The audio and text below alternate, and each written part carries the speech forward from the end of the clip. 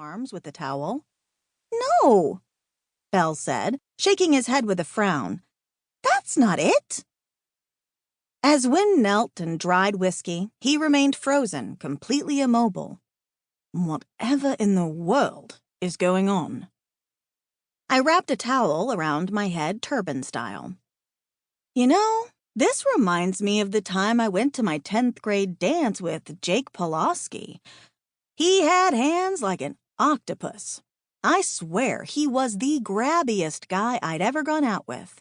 So, anyway, we're slow dancing to I'll Never Break Your Heart, and he made a grab for a place he knew better than to grab, and I said, 'Don't you move another muscle.' And guess what?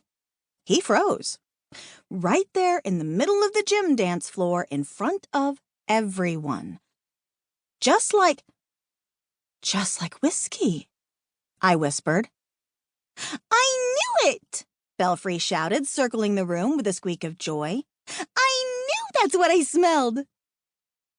Wynne rose and grabbed a towel for his own hair and began to scrub it dry. "I'm afraid this is a loop I'm not privy to. I don't understand what you smell, mate, or how it relates to Jake and whiskey. Though I assure you, if I ever run into this bloke Jake Pulaski, I shall show him what the 5-fingered death punch is." I winced, but I was more concerned with why this was happening to whiskey. Belfry was connecting dots I wasn't. "So what are you smelling, Belle?" "Magic, boss!" he chirped excitedly. "Magic! I smell bona fide, real, live magic!" I cocked my head and sniffed the air again. Maybe it had been so long I wasn't able to remember what it smelled like. Or maybe Belle had gone quite literally bananas. "I don't smell it," I said with a dull tone. No way was I going to get my hopes up again only to be crushed like a cracker at the bottom of the box. Nope, not this time. "Then explain whiskey," he coaxed. "Whiskey and Jake Pulaski. Explain them." I pinched my temples. My head hurt, but I'll get to why later. For the moment, I was stumped. "I can't explain it, Belle.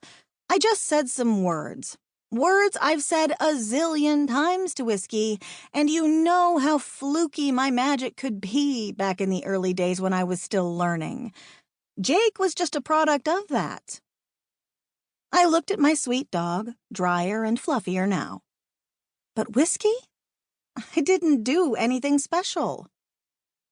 Bell sighed and narrowed his tiny eyes at me. "But you did! You were worried whiskey was going to make a mess, and when Jake got fresh with you at that dance, you were angry. Those emotions sparked your magic." I rolled my eyes and headed toward the laundry room off the kitchen where I had a bathrobe hanging on a hook. Closing the door, I blew out a breath of air and began pulling my clothes off. That's baloney, and you know it, Belle.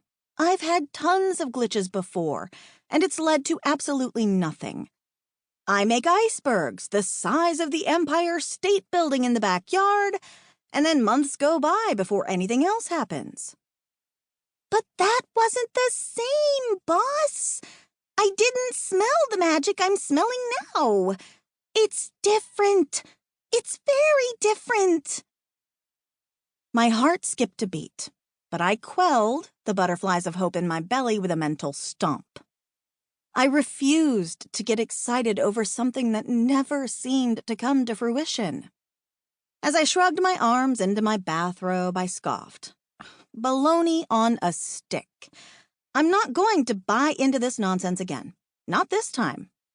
For now, we need to find out how to help whiskey. I popped open the door and found Wynne and Belfry now in the middle of the kitchen, where they'd moved a still frozen-in-place whiskey. My heart started to thud in my chest. What if it really had been my magic that had done this? How could I fix it? I bit the nail on my thumb. What if I can't bring him back? What if he's like this forever? I asked.